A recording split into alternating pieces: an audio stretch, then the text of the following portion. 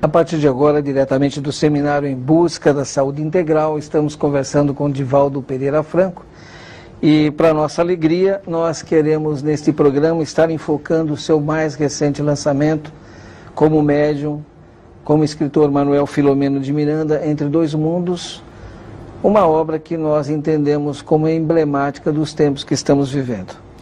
Divaldo, você não faz muito tempo, em uma palestra memorável, sinalizou o evento com as Torres Gêmeas, aquele ataque terrível, terrorista, como enquadrado dentro do Apocalipse. E agora nós temos o livro Entre os Dois Mundos, em que logo no seu terceiro capítulo, o espírito Policarpo, no capítulo intitulado Mensagem de Convocação, nos apresenta um quadro que é por demais significativo para nós espíritas que entendemos o espiritismo como a revivescência do cristianismo. O que compete a nós espíritas neste momento de transição? O Senhor da vida exige-nos uma grande vigilância.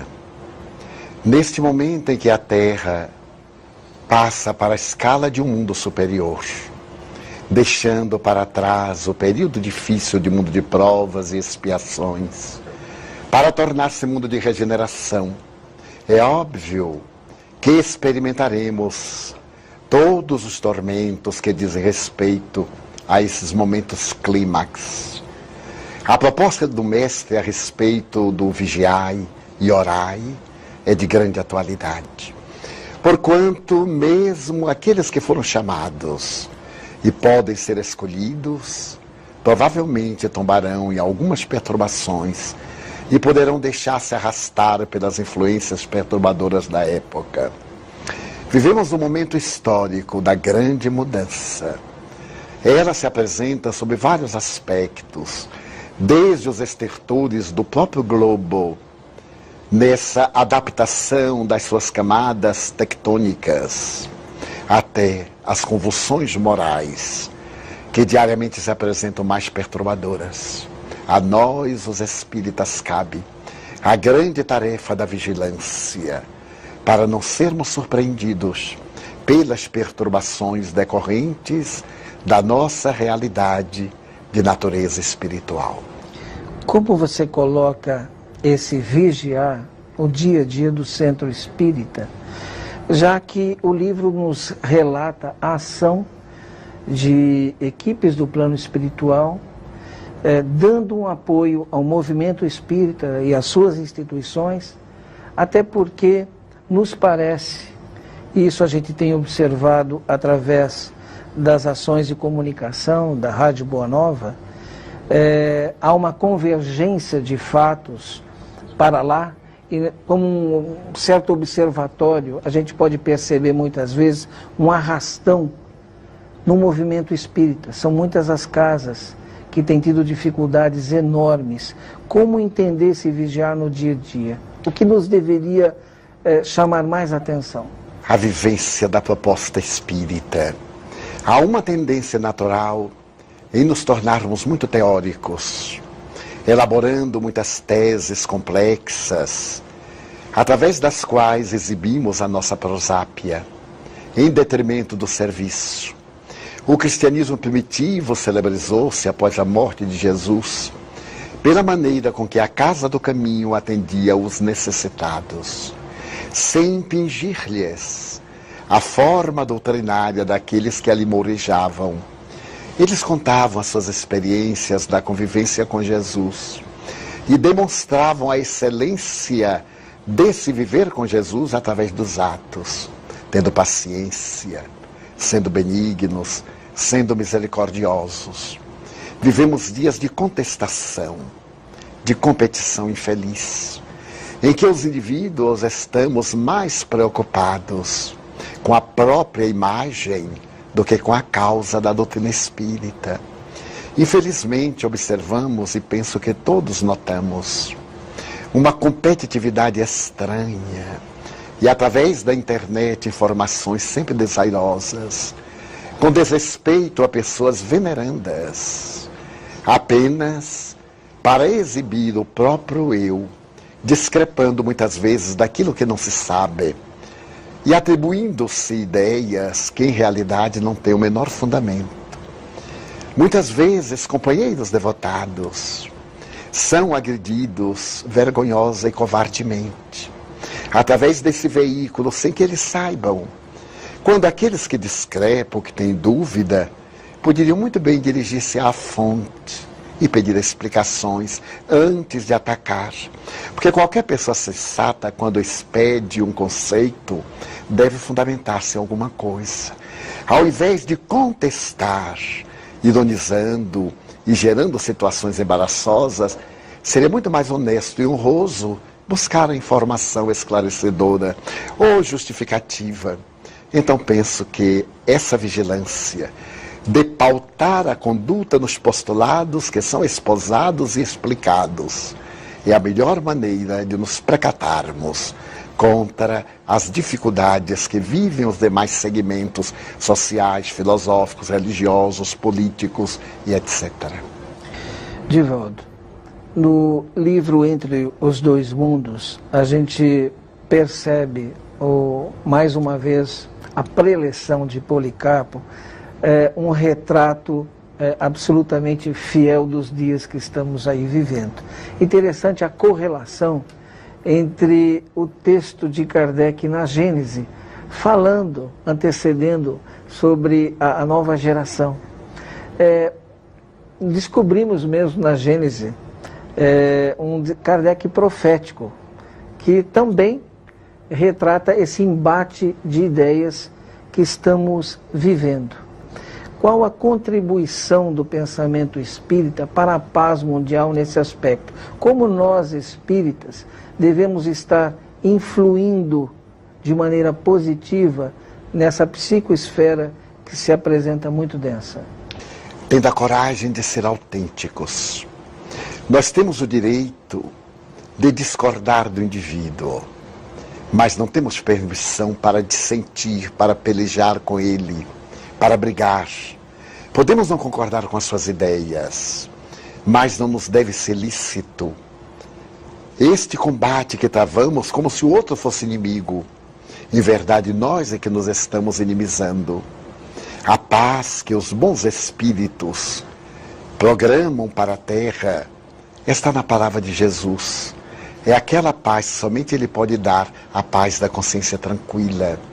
Aquela que é resultado de uma consciência reta, pelo dever nobremente cumprido, pelos pensamentos elaborados de maneira correta.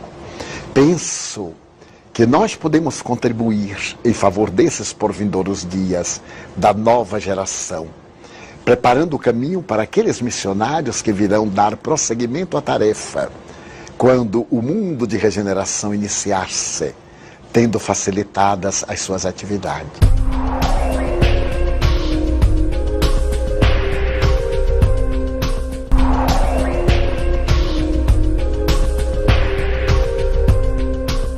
Kardec, na Gênese, diz que as entranhas da humanidade que se revolvem nos dias de hoje.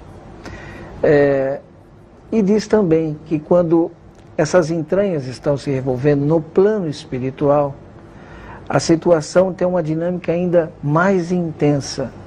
Como é que você vê hoje o panorama, já a sua condição mediúnica, como é que você vê esse panorama no plano espiritual? Nós temos encontrado muitos colegas que nas suas lides mediúnicas têm relatado trabalhos muito diferenciados, muitas vezes resgatando entidades e médiuns experimentados. A gente nota que o plano espiritual requisita aqueles mais maduros para uma espécie de revolver o terreno da própria espiritualidade.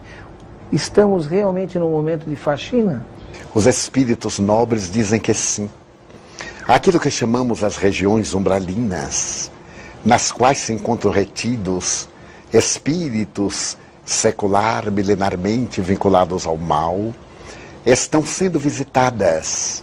E dali estão sendo retirados esses espíritos e trazidos a nossas instituições para o conveniente esclarecimento, a fim de que tenham chance de resgatar reencarnando-se para a grande opção, avançar com a Terra moralizada ou ir para um planeta inferior, onde deverão contribuir intelectualmente para aquele desenvolvimento. No planeta mais atrasado, quando então desenvolverão as aptidões morais e espirituais. Em nossa casa, por exemplo, tem ocorrido, isso demonstra a universalidade do ensino, esse fenômeno repetitivo, em que determinados espíritos vêm dar os seus depoimentos, asseverando que logo mais estarão na indumentária carnal para reabilitar-se.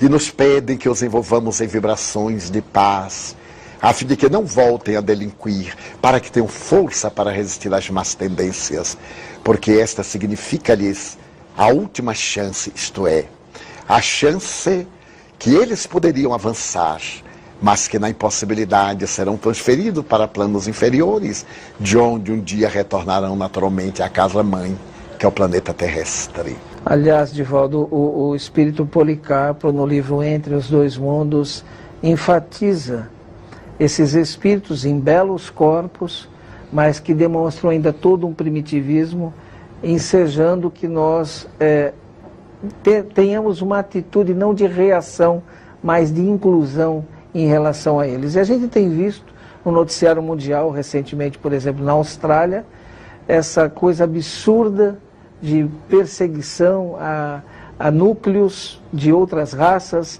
e que nem são, vamos dizer assim, já são filhos de imigrantes nascidos no país e perseguidos por essa herança. Parece que estamos voltando a tribos contra tribos.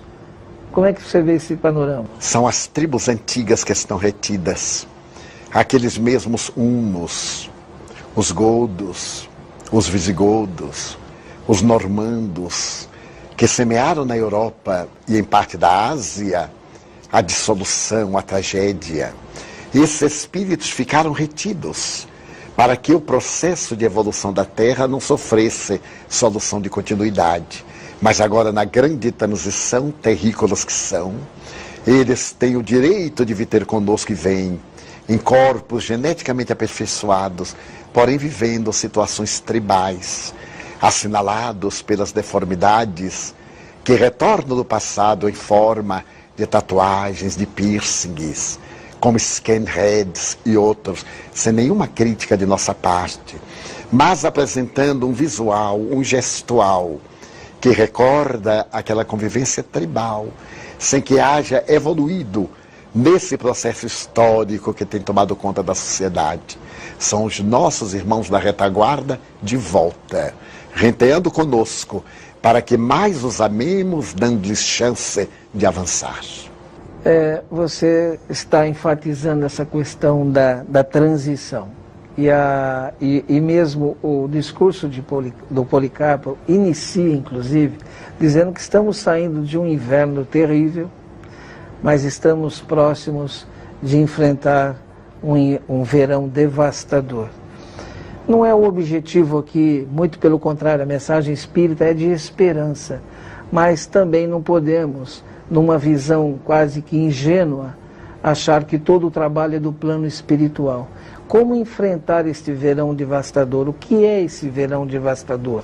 É aquele no qual as paixões assomarão com tanta volúpia que o arder dessas falsas necessidades tomará conta da criatura humana em detrimento do equilíbrio emocional.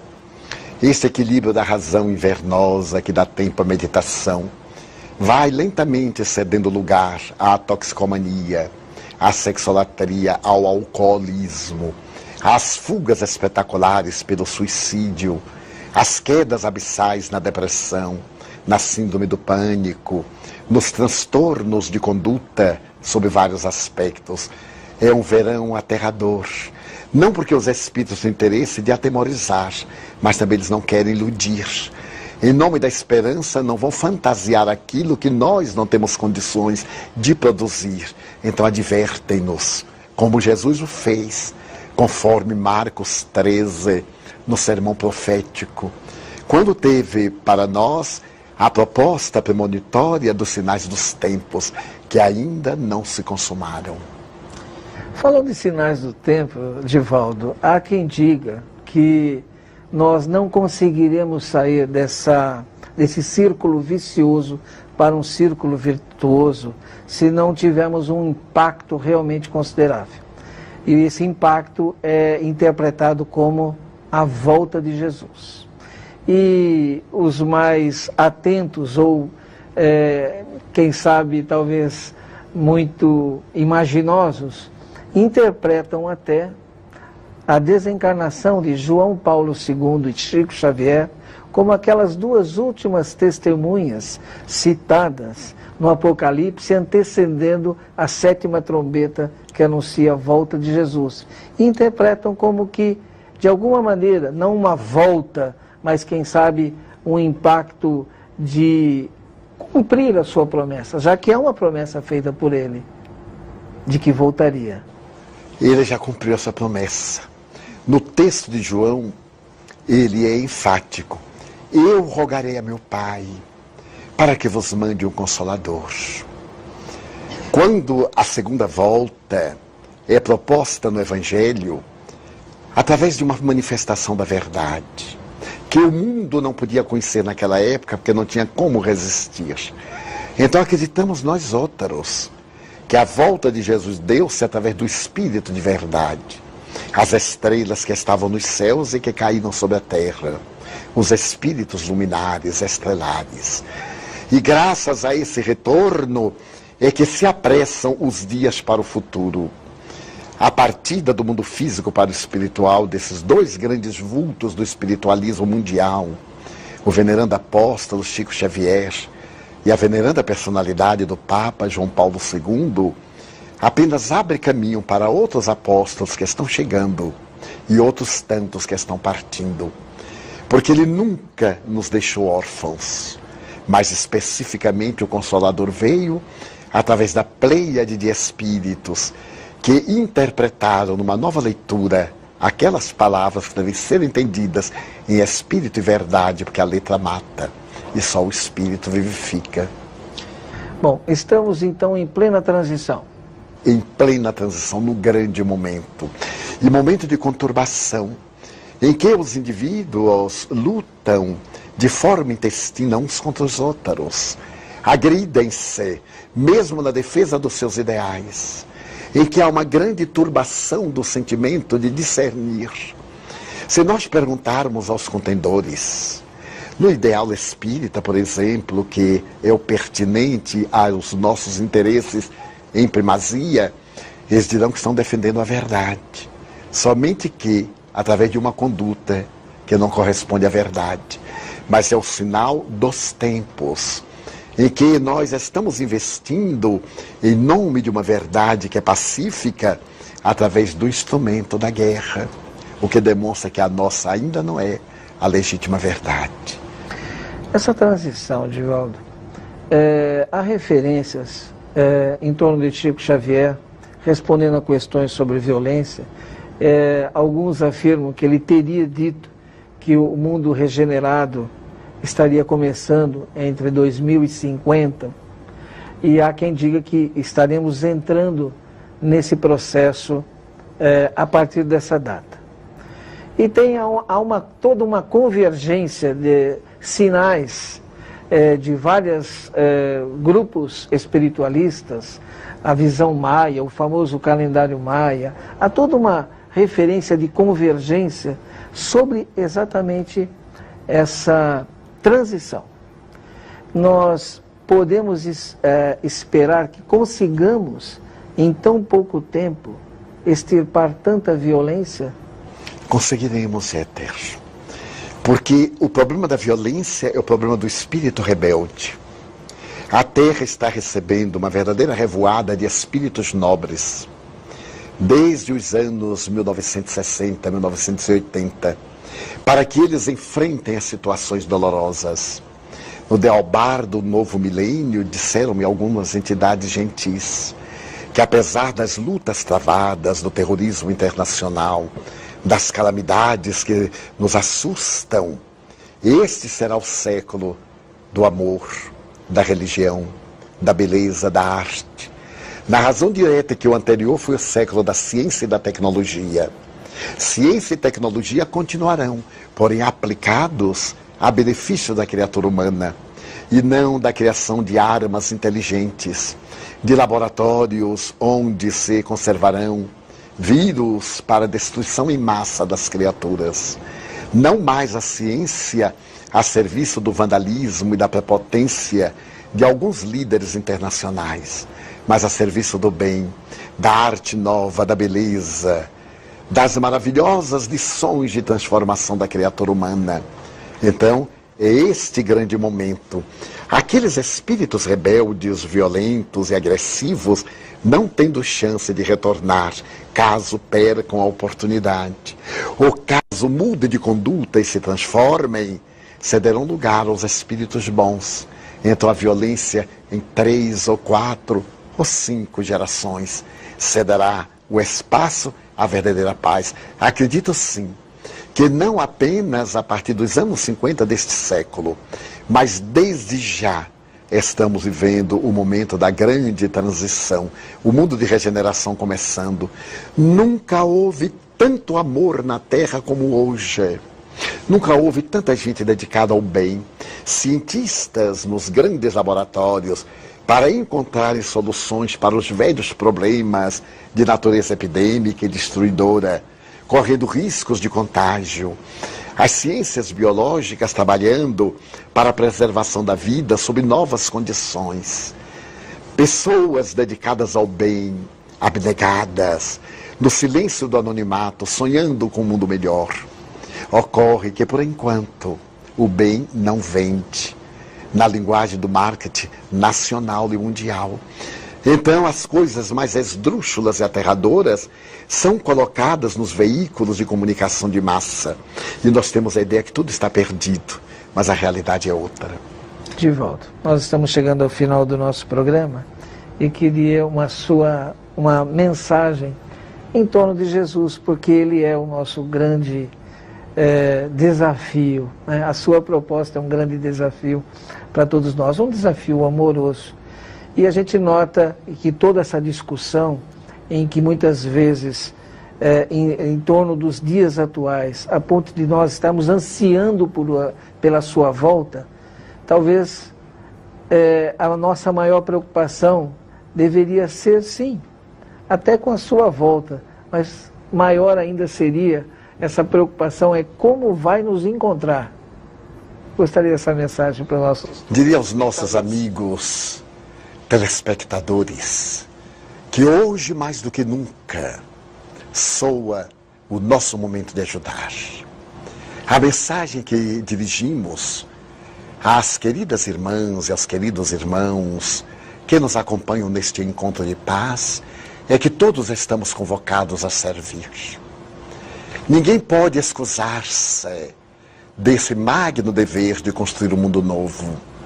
Não é necessário que seja possuidor de um grande tesouro, porque uma palavra gentil salva uma vida. Um aperto de mão transfere segurança e coragem. Um sorriso amigo entusiasma outrem. Que cada um de nós seja a carta viva do Evangelho de Jesus. Não importa que ainda não tenhamos atingido a perfeição. Penso muitas vezes que se o médico somente atendesse quando estivesse muito saudável, e a nossa vida de pacientes periclitaria, porque muitas vezes o médico está com uma problemática orgânica, mas a sua sabedoria pode libertar-nos de uma enfermidade perigosa e de contágio fácil. Assim não aguardemos que o mundo seja melhor para podermos ajudar. Façamos a nossa parte para que o mundo se torne melhor. E se por acaso, buscando escusas para não servir, apresentarmos-nos como carentes, eu lembraria, seja você quem ama. Ame.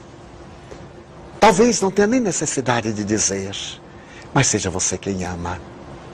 Se alguém não amar você, não se preocupe, porque isso não é importante. Importante é você amar. Se alguém não o entender, não lamente.